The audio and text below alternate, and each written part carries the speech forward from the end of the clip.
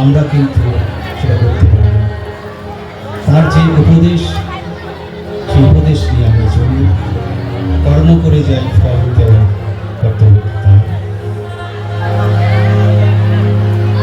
ভরসা করি হে ভব কাণ্ডারি, হালটি ছাড়িয়া তারে দাও দাও দাও রে নদী ভরা ঢেউ।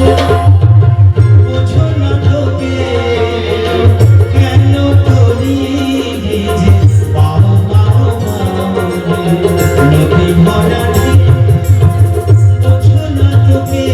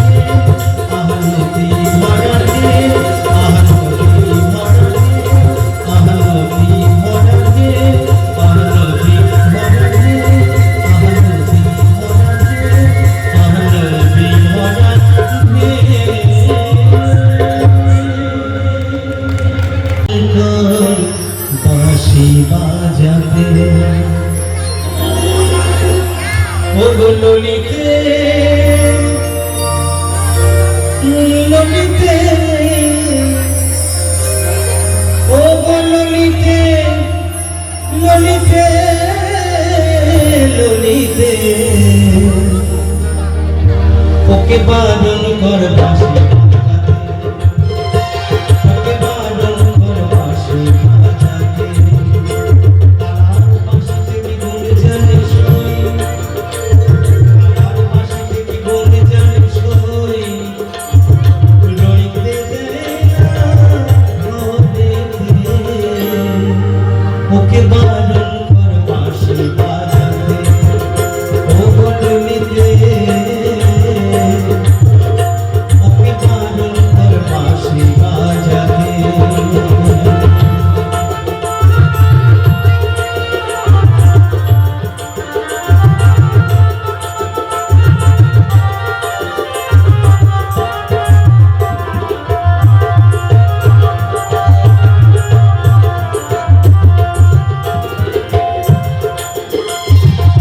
কি গুণ জানে গো বাঁশি, কি গুণ জানে,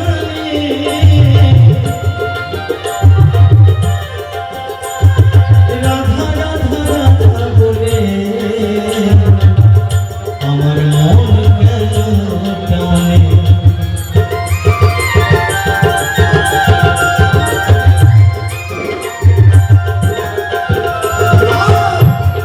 কি গুণ জানে গো বাঁশি, কি গুণ জানে, ও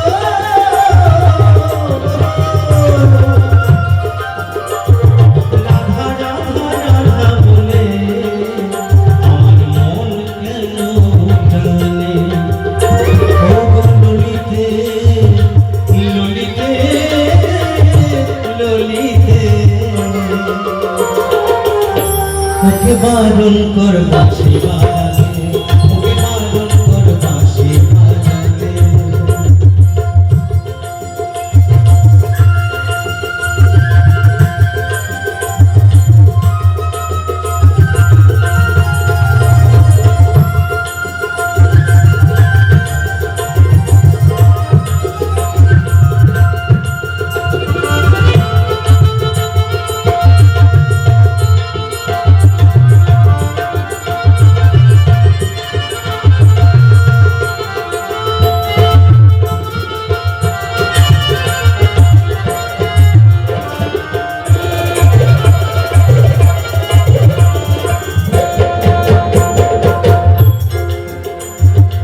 শুধুই বুঝলু কি শ্যামের, শুধুই বুঝলু কি,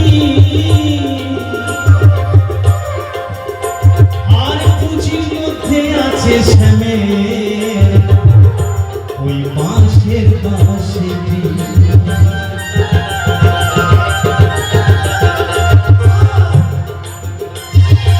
শুধুই বুঝলু কি শ্যামের, শুধুই বুঝলু কি,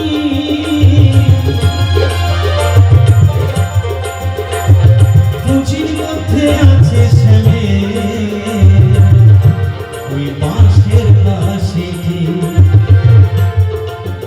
বাঁশি জমা হলে ঘোল আতাম, বাঁশি জমা হলে ঘোল আতাম, এই গোপী গোনার মাঝেতে।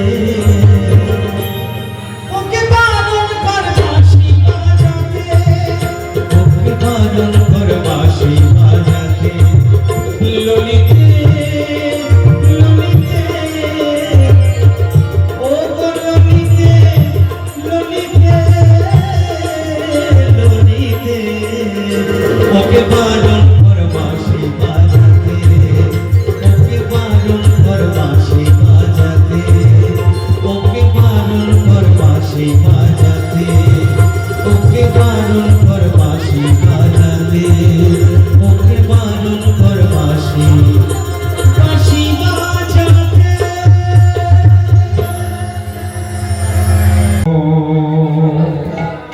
হে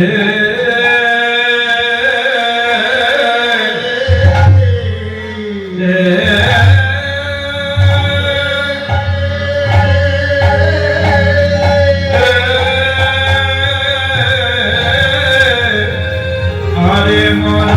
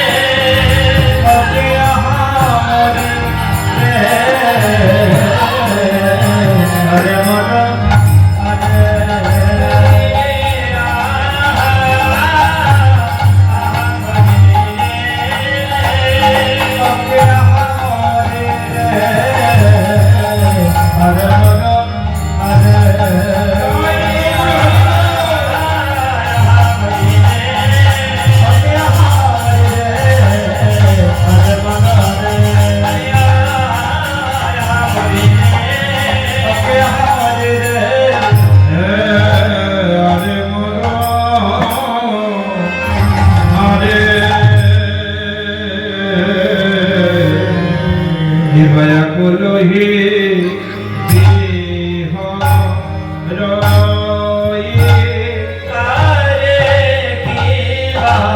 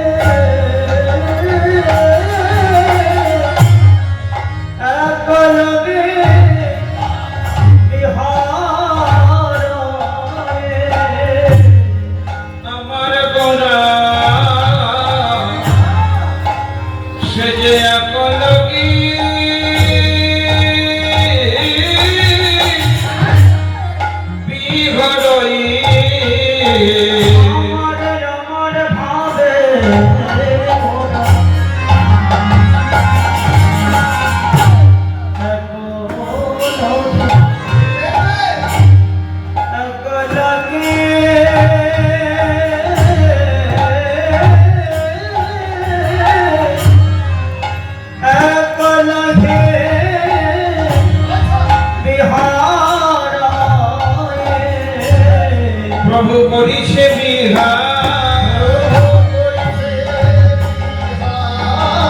প্রভু আমার করিছে বিহার, যে আমার আমার সচিব কুমার করিছে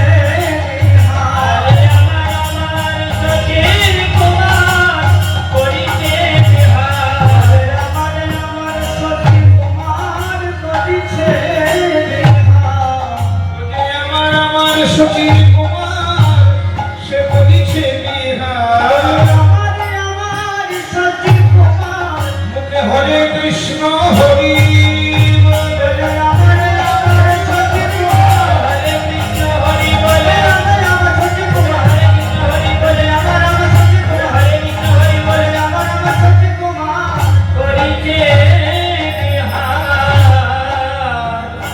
দেখো পুতুল লইয়া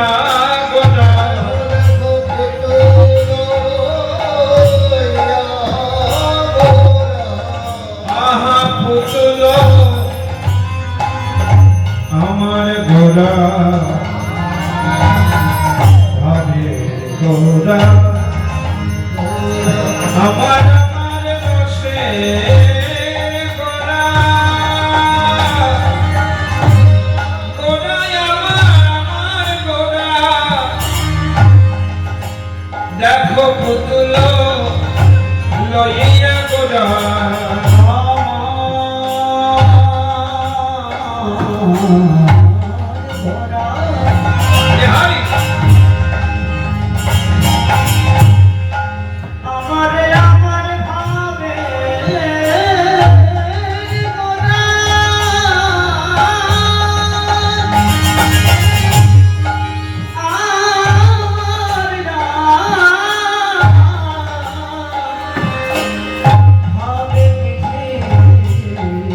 রসের গোরা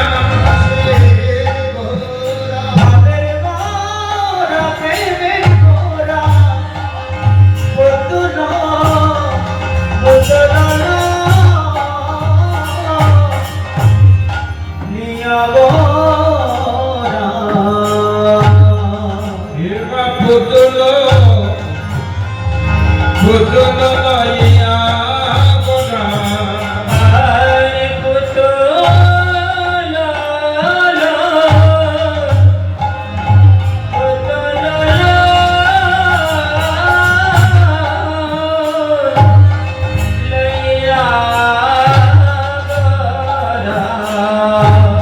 গোরা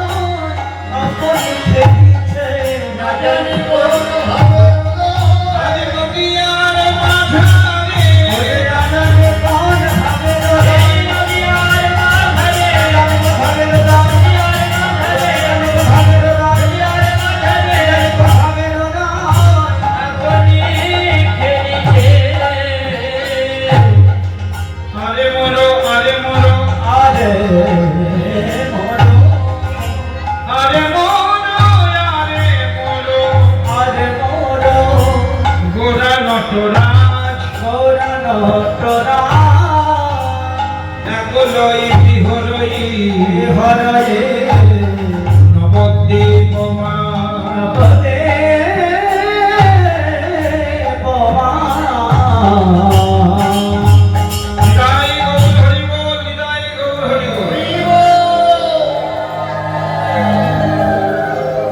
জয় নিতাই জয় নিতাই। আমাদের বহু অপেক্ষিত এবং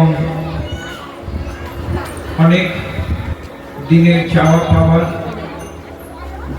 যার জন্য আমরা বসে থাকি একটা বছর পর আবার কবে আসবে এই শুভ পয়লা বৈশাখ, শুভ নববর্ষের প্রথম দিনে আমি আমার গৌর গোবিন্দের ভক্ত বৈষ্ণবের চরণে এবং ভক্তিমতীর চরণে আমি দণ্ডবত প্রণাম জানাই। আজকের দিনে আপনারা সবাই আমাদের সবাইকে আশীর্বাদ করবেন, আমরা যেন গৌর গোবিন্দের এই গুণকীর্তন যেন প্রাণ ভরে আমরা গাইতে পারি এবং আপনাদের শোনাতে পারি।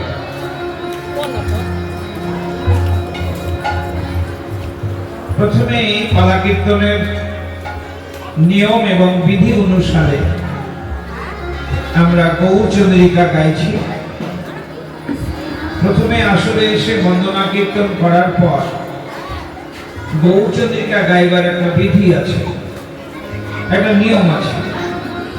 আপনারা লক্ষ্য রাখবেন, আমরা পশ্চিমবাংলায় যত কীর্তন গায়ক গায়িকা আছি, আমরা যে কোনো পালা বা প্রসঙ্গ গাইবার আগে একটি গৌরচন্দ্রিকা গাওয়া হয়। এই নিয়ে অনেক জায়গায় আবার প্রশ্ন জিজ্ঞাসাও করে যে শুনবো আমরা রাধা গোবিন্দ লীলা, তার আগে গৌরচন্দ্রিকার কি বা প্রয়োজন। খুব অল্প কথায় যদি এই প্রশ্নের জবাব দিতে হয় তাহলে আমি বলবো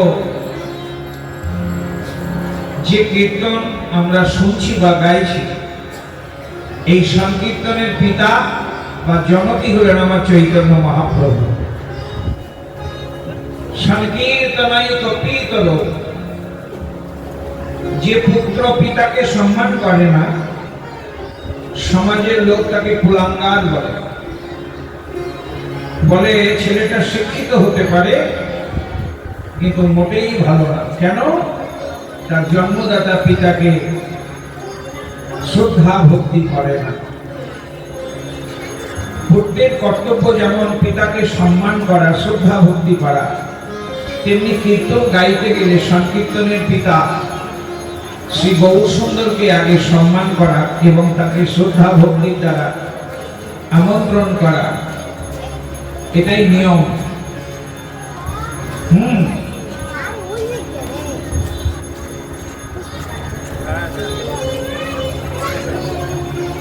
তাই সংকীর্তনের পিতা গৌরসুন্দরকে স্মরণ করে এই কীর্তন গাওয়া বা শোনা উচিত। সেই কারণে আমরা গৌরচন্দ্রিকা আগে গাইছি। তা গৌরচন্দ্রিকায় কি শুনছি সেটা আমাদের একটু ভালো করে হৃদয় দিয়ে অনুভব করতে হবে। কীর্তন শুধু শোনা নয়, মন দিয়ে প্রাণ দিয়ে তাকে অনুভব করতে হবে। কীর্তন শুনে তো কিছু লাভ আছে নাকি? চৈতন্য মহাপ্রভু বললেন শ্রীকৃষ্ণ কীর্তন বিজয় লাভ করুক। কেন শ্রীকৃষ্ণ কীর্তন বিজয় লাভ করুক এ কথা বললেন চৈতন্য মহাপ্রভু? না, বললেন যে শ্রীকৃষ্ণ কীর্তনের দ্বারা জীবের এতগুলি মঙ্গল হয়। এই যেমন কীর্তন শ্রবণ করে কি কি মঙ্গল হয় শোনো, তাহলে কীর্তনের প্রতি আমাদের শ্রদ্ধা ভক্তি একটু বেড়ে যাবে। আপনাদের যে মূল্যবান সময় নষ্ট করে আসলে এসে ঘন্টার পর ঘন্টা বসে কীর্তন শোনেন, কীর্তন শুনে লাভ কি? এটা আমার কথা নয়, চৈতন্য মহাপ্রভুর কথা, তার শ্রীমুখের বাণী। বলেন চেত দর্পণ মার্জন। শ্রীকৃষ্ণ কীর্তন শ্রবণ করলে কি হয় না, চিত্তরূপ দর্পণ পরিমার্জিত হয়। দর্পণ কথার অর্থ হলো আয়না, বুঝেছেন? আর চিত্ত মানে মন, মন রূপী আয়না পরিমার্জিত হয়। কি গো মা, আয়নায় যদি ময়লা পড়ে থাকে, ধুলো পড়ে থাকে, তাহলে নিজের মুখটা কষ্ট করে দেখা যায় না, নিজের প্রতিচ্ছবিটা আয়নাতে ভালো দেখা যায় না যদি আয়নায় ময়লা থাকে। তাই ময়লা মানে ধুলো মাটি পরিষ্কার করবার যেমন আমরা আঁচল ব্যবহার করি, তেমনি মনরূপী আয়না পরিষ্কার করবার আঁচলই হলো শ্রীকৃষ্ণ কীর্তন। নিতাই গৌর হরি বহু। এই শ্রীকৃষ্ণ কীর্তনের দ্বারাই চিত্তরূপ দর্পণ পরিমার্জিত হয়। হ্যাঁ, এবং মনরূপী মানে আয়না পরিষ্কার হলে সেই মনে হরি ভক্তির উদয় হয়। হ্যাঁ, নইলে ভক্তি কষ্ট উদয় হয় না। যদি সে তাতে কুকামনা, বাসনা, হিংসা, নিন্দা, পরচর্চা এসব যদি ময়লা থাকে, তাই এসব ময়লা পরিষ্কার করবার পরম উপায় হলো শ্রীকৃষ্ণ কীর্তন শ্রবণ করো। এটা আমার কথা নয়, স্বয়ং চৈতন্য মহাপ্রভুর শ্রীমুখের কথা। যে দর্পণ মার্জন, একটা বললাম, দুটো কি না, 2 নাম্বার হলো ভব মহাদাবাগ্নি নির্বাপন। ভব মানে সংসার, আর দাবাগ্নি মানে দাবানল। বুঝেছেন? দাবানল বুঝেন তো? বনের আগুনকে বলা হয় দাবানল। তাই সংসার দাবানল। হ্যাঁ, যে দাবানলের তাপে আমরা কম বেশি সকলেই সেই তাপ ভোগ করছি। আর কেউ মুখে হাত দিয়ে বলতে পারবো না যে সংসারে কোনো তাপ জ্বালা আমরা পাই না। এই ত্রিতাপময় সংসার, আধ্যাত্মিক, আদি দৈবিক আর আদি ভৌতিক, এই ত্রিতাপ, 3টি তাপ আমাদের অহরহ ভোগ করতে হয়। একে বলে সংসার দাবানল। বনের আগুন, ওমা, বনের আগুন মানে এই যে বনে যে আগুন লাগে না, কেউ বনে আগুন লাগিয়ে দেয় না, আপনা থেকেই বনে আগুন লেগে যায়। বলে কি করে লাগে? শুনুন গো মা, ওই বনের মধ্যে না প্রাচীন প্রাচীন সব গাছ থাকে, পুরানো গাছ। সেই পুরানো গাছগুলো ডাল তাদের মধ্যে সার হয়ে যায়।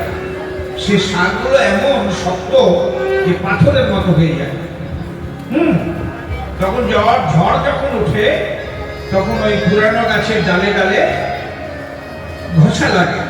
পাথরে পাথরে ঘষা লাগলে কি হয় না, আগুনের স্ফুলিঙ্গ তৈরি হয়। তেমনি পুরানো গাছের ডালে ডালে ঘষা লেগে আগুনের স্ফুলিঙ্গ তৈরি হয়। আর সেসব যখন নিচে পড়ে শুকনো লতা পাতার মধ্যে, তখনই সেখানে আগুন জ্বলে ওঠে। তাহলে বনের আগুন কেউ লাগিয়ে দেয় না, একে বলে দাবানল। এই যে আমি অনেক সময় আগুন তুলে এর ওর দোষ দিই না, যে আমার সংসারে আগুন লাগালো ওই লোকটা, ওই মানুষটার জন্য আমার সংসারে আগুন লাগলো। এইরকম অনেক সময় আমরা মানে এর ওর দোষ দিয়ে থাকি। কিন্তু জানবেন না, সংসারে আগুন লাগে কখন না, যখন সংসারে পরিবারে মনের সঙ্গে মনের মিল হয় না, মতানৈক্য হয়, তখনই মনে মনে ঘর্ষণ হয়, আর এতেই অশান্তির আগুন জ্বলে ওঠে। একে বলে দাবানল, সংসার দাবানল। বৈষ্ণব কবি নরোত্তম ঠাকুর মশাই বলেছেন, বিষয় বিষয়ানলে দিবানিশি হীরা জলে, জুড়াইতে না কইন উপায়। হ্যাঁ, তাই সংসার দাবানল নির্বাপন হয় মানে নিভে যায়।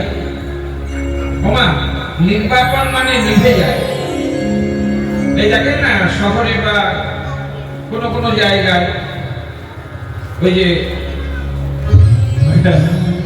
কি থাকে, ফায়ার ব্রিগেড, ইংরেজিতে বলে ফায়ার ব্রিগেড, মানে দমকল। আগুন লাগলে দমকলকে টেলিফোন করলে ঘন্টা বাজাতে বাজাতে সে ট্যাঙ্কি ভরে জল নিয়ে এসে আপনার ঘরের আগুন নিভিয়ে দিবে, তাই না? তা যাই হোক, যেটা ইংরেজিতে বলি ফায়ার ব্রিগেড বা দমকল, কিন্তু বাংলায় বললে হবে কি না অগ্নি নির্বাপক কেন্দ্র। অগ্নি নির্বাপক কেন্দ্র, যেখানে আগুন নিভানোর কেন্দ্র। বুঝলেন কুমার? তাহলে নির্বাপন কথাটার অর্থ হলো নিভে যাওয়া। কি নিভে যাওয়া? না সংসার দাবানল, যে আগুনে আমরা সকলেই কম বেশি জ্বলে পুড়ে মরছি, সেই সংসার দাবানল থেকে রেহাই পাবার এবং সেই সংসার দাবানলে আগুন নিভে যেতে পারে তার জলই হলো শ্রীকৃষ্ণ কীর্তন। নিতাই গৌর হরি মোহন। এই শ্রীকৃষ্ণ কীর্তন জলে সংসার দাবানল নিভে যেতে পারে, এটাই হলো চৈতন্য মহাপ্রভুর কথা। তাহলে দুটো বললাম, একটা হলো চেত দর্পণ মার্জনম, ভব মহাদাবাগ্নি নির্বাপন। তারপরে বলছে মহাপ্রভু শ্রেয়বৈরব চন্দ্র